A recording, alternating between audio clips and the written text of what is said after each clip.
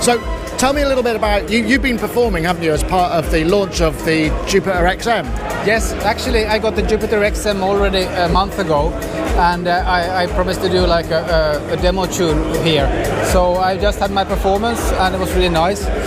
But the fun thing that I learned just a couple of weeks ago is that apparently I have been a vital ingredient in the development of the Jupiter XM.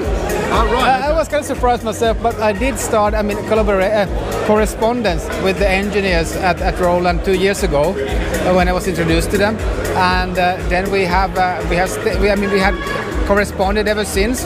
And then at Superbooth this year, I was introduced to a prototype of the synth. Ah. Yeah. So then I got like I was able to like give feedback and stuff and test it out. And then I heard today on the event that I've been like a major influencer on the synth, which is really I'm really honored because it's so fun because there are instruments that I use. I've been using Roland and Corks and stuff ever since. Well, you've got a lot of polysynths in your rig. I mean, it must be a nightmare to tour. Do you see something like this is going to be able to replace some of those things? I mean, obviously you might well still use the originals for your recordings, but touring must be hard. Yeah, it is hard. It's also fun. But so I've only used analog synths in my music until now. But the main thing is that the problem is actually to go outside Northern Europe. I have to drive everywhere basically because it's too expensive to ship 20 synthesizers and freight. Actually, I got a question for Tel Aviv wanted me to do a concert there, and just the shipment would have cost 5,000 euros. It was like, nah, it's not going to work out. So I definitely see a use for these new synthesizers in my. I want to do like a festival and flight-friendly setup in a couple soon. But I guess you need to take some of the. You need to take some of the old ladies with you so that you can, because people want to see you wigging out on real synths. So what will you take and what will you leave behind? I think in the ideal world, I would like to create a setup that I could, I could make it case by case. So what synthesizer would be available locally, like old vintage synthesizer, and then pick those ones, and then have the new ones basically do the parts which I cannot do.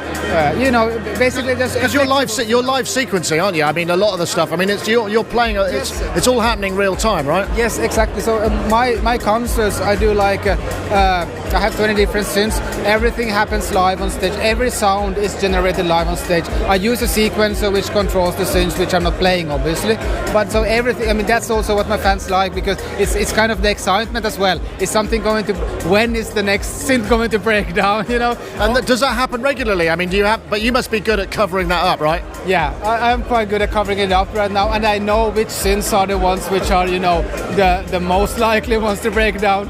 So I do have a couple of like backup synthesizers which I then have to use.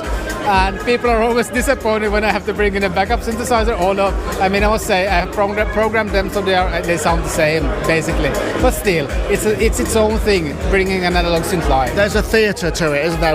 And after all, in the business of entertainment, I mean, you could do it with a laptop, but nobody would want to watch that, right? Well, that's the thing. I mean, the reason why I started doing this was because it was like 20 years ago. I watched like a band that I really, really like. I don't want to say the name because I don't want to. I love the guys, but they used the laptop on stage, and the drummer was an old guy now who used his glasses, and stared at the laptop while playing. And I was like, I could sit at my desktop, my office, when I used to work at a different job previously. I don't want to be in an office when I'm in a live event. I don't want to see a laptop on stage.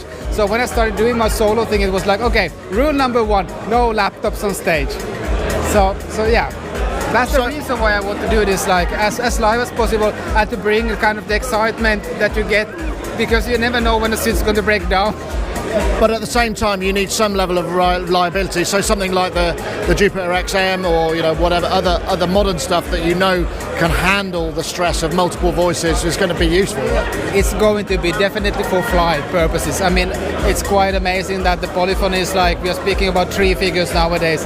in polyphony of model synth. So that's amazing, and it's definitely going to help me to bring my stuff on the road. And like, you know, I haven't been able to do festivals because I tell them, so how long do you need in set up 4 hours? And they're like, no way, we can't. And it's like, no, I can go down to 3 hours, but that's the minimum. So I haven't done any festivals just because of that.